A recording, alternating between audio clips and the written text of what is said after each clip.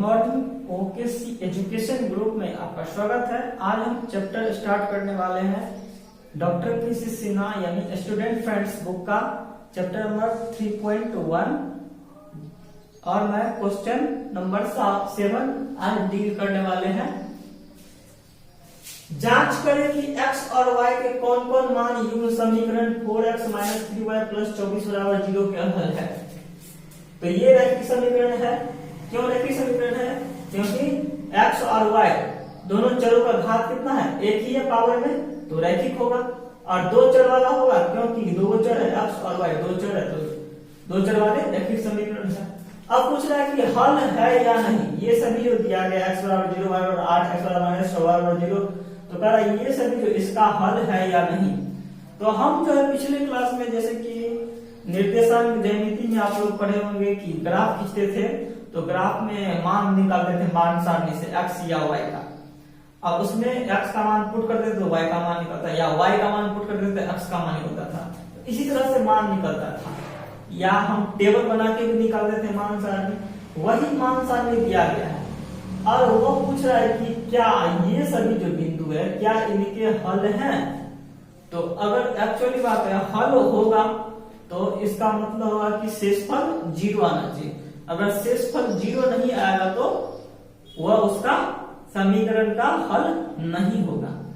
तो सबसे पहले चेक करने के लिए क्या करेंगे, हम उसको x और y का मान जो दिया गया है यहाँ पे, इन सभी को हम इन समीकरणों में पुट करेंगे। अगर इन समीकरणों में पुट करने के बाद अगर 0 आ जाए तो वह हल होगा, नहीं तो नहीं हल होगा।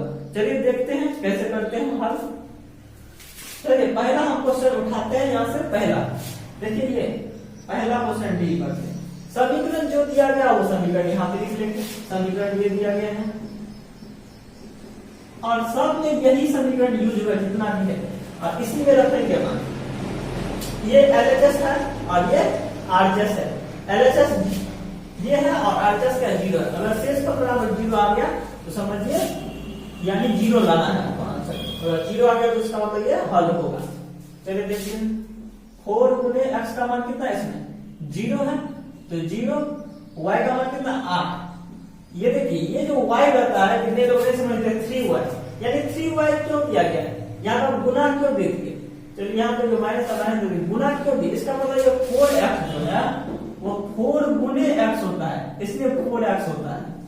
तो यहाँ पे गुना छुपा हुआ रहता है या डॉट छुपा हुआ रहता है, तो हम यहाँ पे करेंगे, यहाँ पे वो गुना को बाहर निकाल लेंगे और जो दिया है मान वहां पे रख देंगे। नहीं तो कितना मिनट से कर लेते हैं, नहीं समझ में आता, x = 0 तो 0 दे देंगे, 40 हो जाएगा। ये कोई मान नहीं हुआ। हम इसको ऐसे लिखेंगे, जहां पे भी ऐसे रहा तो इसको हम क्या करेंगे, मल्टीप्लाई देंगे। तो उसी तरह से यहाँ पे क्या है, 3y है तो 3 मल्टीप्लाई y। हम पहला क्वेश्चन सॉल्व करें तो पहला देखो y का मान कितना है, 8 है, तो y का मान यहाँ पे 8 रखेंगे प्लस 24 बराबर 0। देखिए 4 में 0 0, 3 × 24 अब 24। देखिए -24 यहाँ प्लस 24 यहाँ, प्लस माइनस तो माइनस होता है, ये तो बात सही है। लेकिन कितने लोग इसमें क्या करते हैं, कोई डॉट हो जाता है कि सर कैसे घट गया 0 हो गया। तो कैसे घट गया, देखिए इसको आप ऐसे भी कह सकते हैं 0, और नहीं होता तो सीधा कर लीजिए, -3 + 2 लिखा रहे सर, कैसे रहे 3 - 2 लिखा रहे तब पर ये आएगा 1, या -2 + 3 रहता पर भी 1 आएगा। क्यों होता है, तो देखिए जिसके पास जो चिन्ह होता है वही चिन्ह बड़ा में से घटाएंगे। हमेशा बड़ा में से घटा तो 3 है बड़ा, इसमें 3 में 2 घटाए 1 होगा। इसमें बड़ा कौन है, 3 क्या है, प्लस में है, और -2 पे है, माइनस में 2 है तो बड़ा ही है, इसमें से घटाएंगे, इसमें से घटाएंगे तो 1 आया। और जो बड़ा वाला है उसी का चिन्ह है, इसमें बड़ा वाला चिन्ह क्या था, प्लस का था, प्लस ही थे, देखो सेम आया। उसी तरह से हम इसमें कहीं भी उल्टा सकते, कोई दिक्कत नहीं होता। जैसे कहेंगे 4 + 6 = 10, क्या हम इसको ऐसे लिख दें 4 + 6, ये बराबर है, प्लस माइनस में थोड़ा भी इधर उधर करने में कोई दिक्कत नहीं होती है, केवल साइन वही रहना चाहिए। उसी तरह से यहाँ पे देखिए 24 - 24, देखिए नहीं होता तो इसे देखिए 24, इसको यहाँ ला दिया, इसको यहाँ ला दिया, 24 - 24 0 आ गया, तो ये क्या होगा 0 आ गया, इसका मतलब हल। यहीं पे 0 आ गया था, हम इसको एक्स्ट्रा करके बता दिए, इसको करने की जरूरत नहीं है, यहीं पे हो जाता है, तो ये हल होगा। तो ये जो x y का मान होगा, ये जो पहला था इसका क्या होगा, इसलिए x, 0 और y बराबर क्या 8। समीकरण का क्या होगा, समीकरण का हल होगा। देखिए हल हो गया क्योंकि 0 आ गया, तो x 0 और y 8 का मतलब हल इसका है। चलिए अब समझते हैं इसको दूसरा समीकरण से। दूसरा क्वेश्चन, दूसरा जो दिया गया x बराबर 6 y बराबर -0 दिया है, यही काम करें वही समीकरण लेंगे जो दिया है और पुट कर देंगे। क्या x का मान -6 है, x का मान क्या दिया है -6, y का मान कितना दिया गया है 0। देखिए x का मान -6, 4 गुने -6, हम बोले यहाँ पे गुना छुपा था 3 गुने 0 प्लस 24। देखिए यहाँ पे 6 24 -24, 3 गुने 0 प्लस 24 में से 0 गया तो 24 होगा, फिर 24 गया तो 0 होगा। तो ये भी क्या है इसका, ये भी समीकरण का हल होगा। तो ये भी हल होगा, ये भी हल होगा, हल होगा। अब देखते तीसरा वाला। इसी तरह से हम यहाँ पर लिख सकते हैं, देख के समीकरण का हल होगा। हम एक बार लिख दिए बस उसी तरह से आप लिखते जाएंगे। तीसरा देखिए x बराबर कितना दिया है 1 और y बराबर कितना दिया -2। हमेशा इसी समीकरण मान रखेंगे, यही समीकरण जो है सेम ही है, इसी चीज को रखेंगे मान। जो समीकरण है 4x - 3y + 24 बराबर 0। देखिए रखिए 4 गुने x का कितना है 1, यहाँ गुना छुपा तो 4 गुने 1, यहाँ पे क्या है 2 है, 3 गुने 2 प्लस 24 बराबर 0। 4 का 4 माइनस प्लस 3 6 प्लस 24। देखिए 6 4 10 और 10 प्लस 24 कितना होता है 24 10 34 हो जाता है। तो क्या ये 34 इसका 0 बराबर आया, नहीं आया 0 के बराबर, इसका मतलब नॉट इक्वल टू 0, 0 के बराबर नहीं आया तो हल नहीं होगा। तो ये हल, ये जो है हल इसका नहीं होगा। तो उसी तरह से हम और भी मान रख सकते हैं, इसका भी रखेंगे, उसको भी रख सकते हैं, सबको रख सकते हैं, जिसका जो है वह हम रख सकते हैं। चलिए एक बार देख लेते हैं चौथा भी कहा छोड़ दे, चौथा भी चलिए हम बता लेते। चौथा आप लोग 2 क्वेश्चन बना कर लाइएगा। x बराबर -3 y बराबर -4 दिया। चलिए रखिए समीकरण ये है 4x - 3y + 24 बराबर 0। x का मान कितना है, x का मान है आपको इसमें 4 गुने, सॉरी x का मान है -3, y का मान कितना -4 + 24 बराबर 0। 4 तिया -12 माइनस प्लस 4 तिया 12। देखिए 12 24 12 कितना हो गया 36 हो गया। y का मान कितना दिया गया है -4 ही दिया गया है दोनों का मान। x का मान भी -3, y का भी -3। चलो ठीक है, 4 दिया 12 4 दिया 12, ठीक है। यानी ये तो 12 12 तो कट गया, घट के 0 हो गया तो बच गया कितना 24। तो 0 पे नहीं आया तो ये भी किसका होगा, ये हल नहीं होगा क्योंकि बराबर 0 नहीं आया। चलिए अब इसको बचाते हैं, नेक्स्ट क्वेश्चन देखते हैं। अब नेक्स्ट क्वेश्चन जो है 8 नंबर क्वेश्चन, वो हम थोड़ा क्वेश्चन लिख लेते हैं। क्या दिया क्या 8 नंबर क्वेश्चन में, तो मैं लिख लेता हूं। नेक्स्ट भी जांच ही करने के लिए दिया है, तो इस बार आलेख पे कड़ाई की जांच कीजिए।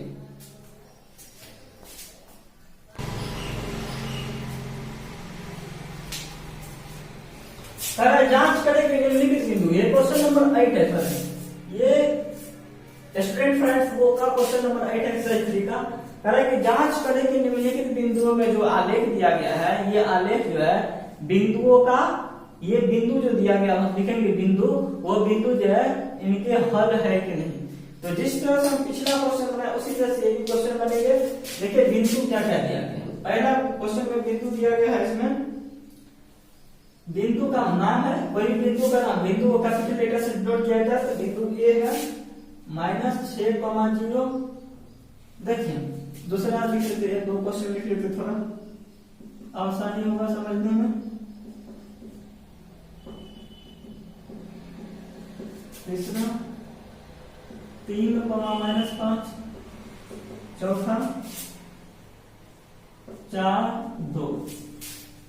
देखिए ये बिंदु दिया गया, बिंदु को हमेशा कैपिटल लेटर से डिनोट करते यानी बड़े अक्षरों से डिनोट करते, तो हमने डिनोट कर दिया। चलिए इसका नाम सी है, इसका नाम डी है।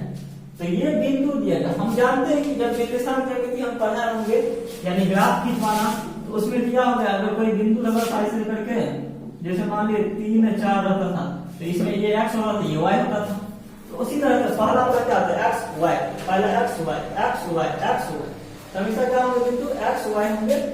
तो लेते हैं हम इसमें क्या करेंगे, जिस तरह से अभी हम पुट किए थे मान 7 वाला में, उसी तरह से हम 8 में इसी तरह से पुट करेंगे। समीकरण जो दिया गया वो समीकरण लिख लेंगे और उसमें पुट कर लेंगे। देखिए समीकरण क्या दिया गया, ये समीकरण है 5x -3y + 30 बराबर 0। इसमें भी उसी तरह से शेष पर 0 लाना, अगर शेष पर 0 आ गया तो क्या होगा, ये इनका आलेख पर हम दर्शा सकते हैं, नहीं तो आलेख में हम नहीं दर्शा सकते हैं। इससे आगे हम क्वेश्चन बनाएंगे, आलेख खींच के दिखाएंगे कि कैसे खींचते हैं, उसमें पॉइंट भी आएंगे। लेकिन अभी ऐसे समझिए कि आलेख पे ये आएंगे कि नहीं आएंगे। अगर शेष पर 0 आ गया तो आलेख पे होगा, नहीं तो नहीं होगा। अगर कोई पढ़ा होगा आलेख यानी जो ग्राफ चैप्टर था, तो उसमें हम मान सारणी में निकालना सिखाए थे, तो वही मान सब आता था और इसको पॉइंट के रूप में लिखते थे, तो वही पॉइंट है यहाँ पे। तो इसको हम रखते हैं। चलिए ए का मान पहला नंबर देखिए, ये है हाईलाइटेड कर देता है इसको।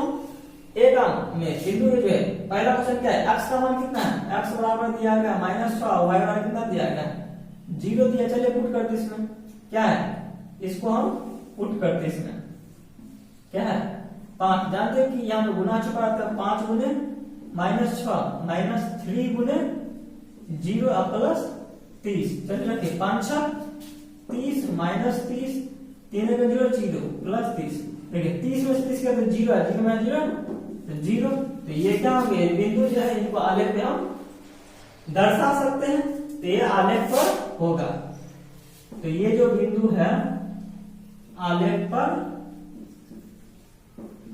पर होगा। चलिए देखिए इसी तरह से दूसरा क्वेश्चन है। दूसरा ये है 0,10 दिया गया है, तो 0,10 तो 0,10 दिया गया। उसी तरह से x का मान कितना है 0, y का मान 10। पहला x होता है, दूसरा y होता है। तो रखिए समीकरण क्या दिया था, ये समीकरण है, हमेशा समीकरण तो यही रहेंगे, ये समीकरण यही समीकरण यहाँ पे रखेंगे 5x -3y + 30।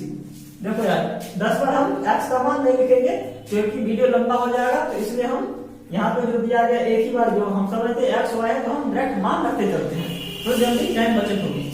तो 5 गुने 0 -3 गुने 10 + 30, 0 -30 + 30, 30 में 30 किया तो 0, यानी ये भी आलेख पर होगा, ये भी आलेख पर होगा।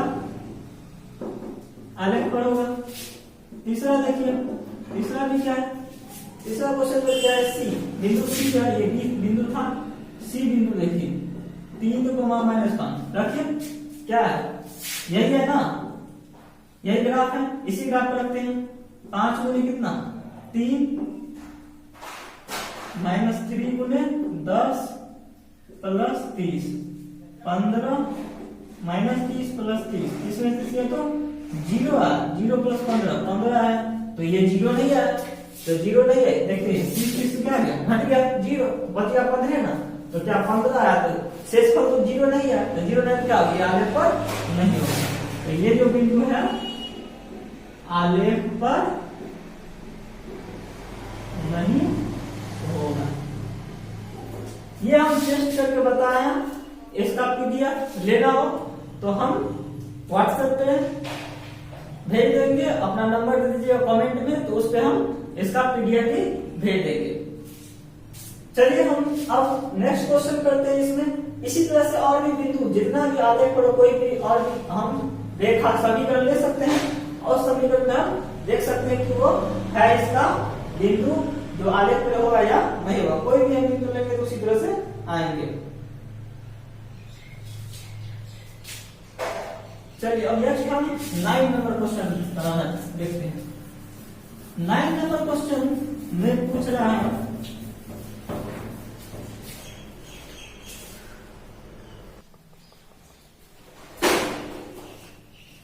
देखिए 8 नंबर क्वेश्चन देखते हैं। 9 नंबर, अगर समीकरण का निकाय का हल अद्वितीय हो तो आगे से विधि हल करें। हमने कल बताए थे 3 केस बताए थे, पिछले वीडियो में हम बताए थे 3 केस कि अगर हल होगा तो वो जो है संगत होगा यानी अविरोधी होगा, हल नहीं होगा तो क्या होगा असंगत होगा। और हल में हम 2 केस बताए थे। एक केस बताए थे जब a1 बटा a2 is not equal to b1 बटा b2, तो क्या बताए थे ये अद्वितीय होगा, अद्वितीय होगा, ये बताए थे अद्वितीय होगा। और जब बताए थे a1 बटा a2 बराबर b1 बटा b2 बराबर c1 बटा c2 ये होगा, तो क्या ये भी हम बताए थे कि हल तो इसका नहीं होगा, तो हल नहीं होगा तो क्या होगा समांतर होगा। चलिए हम अद्वितीय बात करते हैं, अद्वितीय बनते हैं।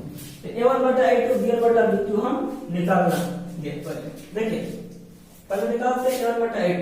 a1 कितना है देखिए, ये क्या होता है पहला होता है a, पहले हम क्या करते थे इसको जो है रैखिक समीकरण युग्म के रैखिक समीकरण के रूप में लिख लेते हैं इस रूप में, जो ax plus by plus c बराबर 0 के रूप में। तो देखिए ये a है, ये b है और ये c है, तो हमको c किधर लाना है, इधर लाके लाना है, बराबर 0 करके रखना है। उसी तरह से इसको भी यहाँ लाएंगे और बराबर 0 करके रखेंगे। चलिए देखते हैं, देखिए पहला को लिखते हैं इस रूप में, पहला क्या आ जाएगा 3x प्लस y, इस पे इधर लाइए तो माइनस हो जाएगा 2 बराबर 0 बराबर 0। अब इसी तरह से इसको लिखना चाहेंगे तो देखिए ये 6x प्लस 2y माइनस 1 बराबर 0। अब कहेंगे सर यहाँ पे जो प्लस है यहाँ पे माइनस कैसे है, तो माइनस कैसे है सर, देखिए माइनस यहाँ पे हम इसको इस रूप में लिख देखिए। अब ऐसे भी है, ये जो है ये लिखा है समीकरण 3x प्लस y माइनस 2 बराबर 0 जो है, तो इसको प्लस के रूप में लिख सकते हैं आप 3x प्लस y प्लस, इसको पोस्ट में दे दीजिए तो देखिए ये आ गया इस रूप में ax plus by plus c बराबर 0 के रूप में। तो हम इसको ऐसे लिखते हैं, इससे माइनस से कोई फर्क नहीं पड़ता है, लेकिन ये इस रूप में हो गया। तो ये x वाला होता है वो a का गुणांक होता है, y होता है b का गुणांक होता है और c अचर होता है। तो देखिए इसमें a ये है, b ये है, c ये है, a b c। तो देखिए इसमें इस तरह से हम बांट दिए थे, तो पहला वाला का होता है a1 b1 c1, इसी तरह से होता है a2 b2 c2। तो देखिए इसमें समीकरण में लिखते हैं, यहां से देखिए a1 बराबर 3 है, b1 बराबर कितना है, y के पीछे नहीं बोले तो कितना एक तो होगा ही होगा, तो b1 बराबर 1, c1 बराबर कितना है माइनस 2। फिर यहाँ पे देखिए a2, इसमें देखिए ये पहला समीकरण था तो क्या हो गया, ये पहला समीकरण था इसमें सब में a1 b1 c1 रहेगा। ये दूसरा समीकरण होगा तो क्या होगा सब में a2 b2 c2 होगा, a2 b2 c2, a2 कितना है 6, b2 कितना है 2 और c2 कितना है माइनस। अब इसका हम अनुपात निकालेंगे, देखिए a1 बट्टा a2 निकालते हैं, 3 a1 कितना है 3, b1 कितना है 6, 3 का 3 3 ना 6 1 बट्टा 2, b1 बट्टा b2 देखिए 1 बट्टा 2 दिया है। इसका मतलब ये दोनों तो बराबर है, तो जब बराबर आ गया तो ये तो अद्वितीय हल तो होगा ही नहीं, इसलिए a1 बट्टा a2 बराबर b1 बट्टा b2। अब ये जो निकल गया तो c1 बट्टा c2 भी निकाल लीजिए, c1 बट्टा c2, c1 कितना है माइनस 2 बट्टा माइनस 1, तो ये आ गया 2 आ गया 2 बट्टा 1 जो कि बराबर नहीं है, is not equal to c1 बट्टा c2। तो इस स्थिति में ये तो अद्वितीय नहीं होगा, हल तो होगा अद्वितीय नहीं होगा, इसका हम नहीं आगे के विधि से हल करेंगे।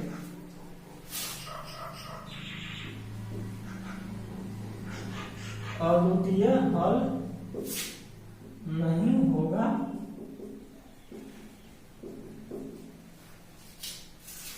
चलिए नेक्स्ट क्वेश्चन हम ले लेते हैं।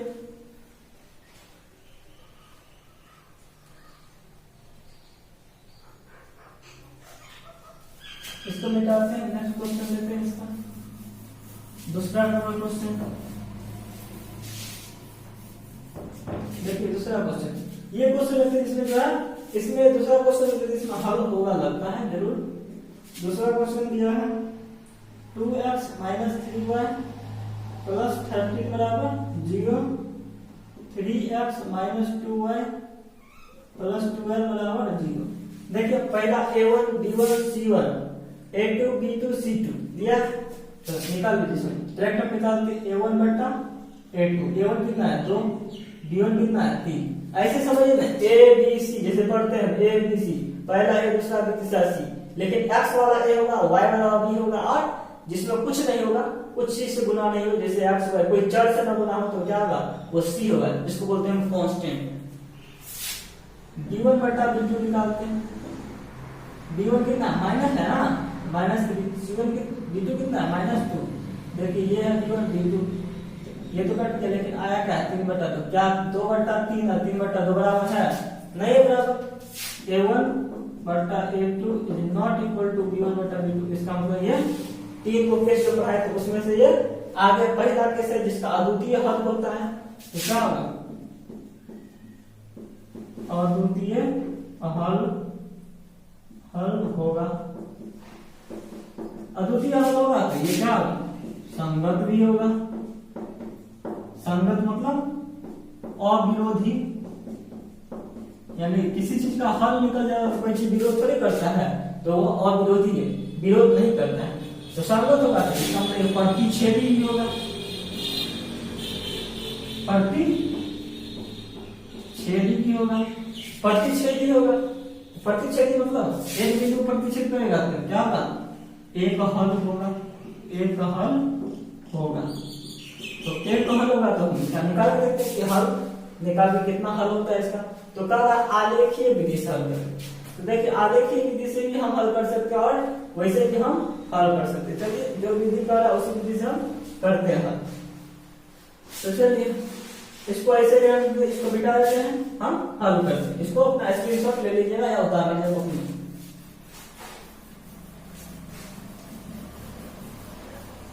चलिए आलेखीय विधि से हल करते हैं। सबसे पहले क्या करेंगे, पहला इक्वेशन ले लेंगे, पहला इक्वेशन है ये, दूसरा इक्वेशन सबका मान सारणी निकाल लेंगे। मान सारणी निकालिए 2x माइनस 3y प्लस 13 बराबर 0 है, ये दिया गया है। तो इसमें क्या करें, सबसे पहले x या y किसी एक का मान निकाल लीजिए। तो हम x का मान निकालते हैं, जानते थे जिसका मान निकालते हैं उसको वहीं करेंगे और सबको उधर दूसरी तरफ भेज देते हैं। x को यहाँ पर रखते हैं और दूसरे को सबको, ये माइनस 13, ये y का इधर चलेगा क्या हो गया प्लस 3y।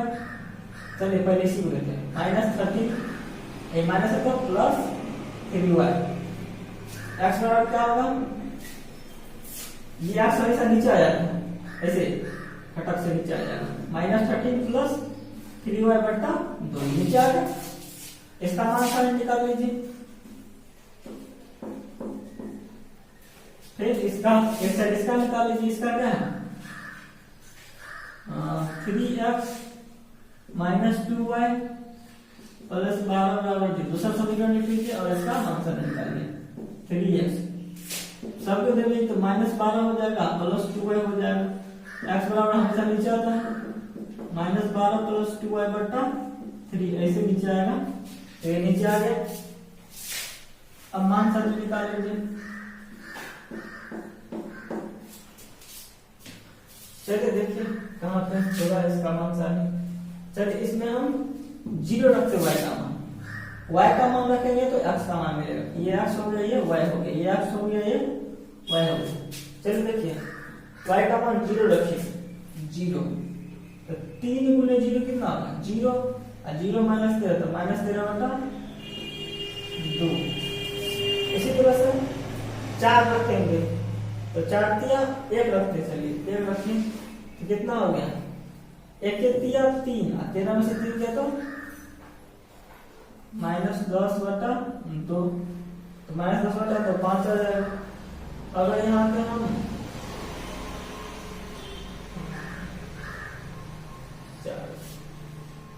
2 रखते तो 2 तिया 6, 13 में 6 गया तो माइनस 7 बटा जो आ गया। इस तरह से इनका आएगा।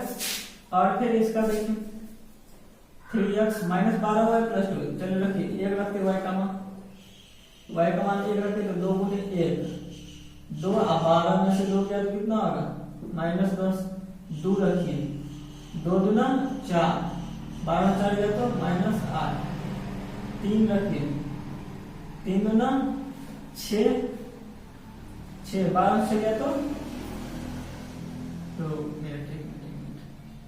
यहाँ पर बट्टा 3 होगा, सबके बट्टा में 3 आ रहा है ना। उसी तरह से 3 दूना 6, 12 से गया तो -6/3। ऐसे करके आए।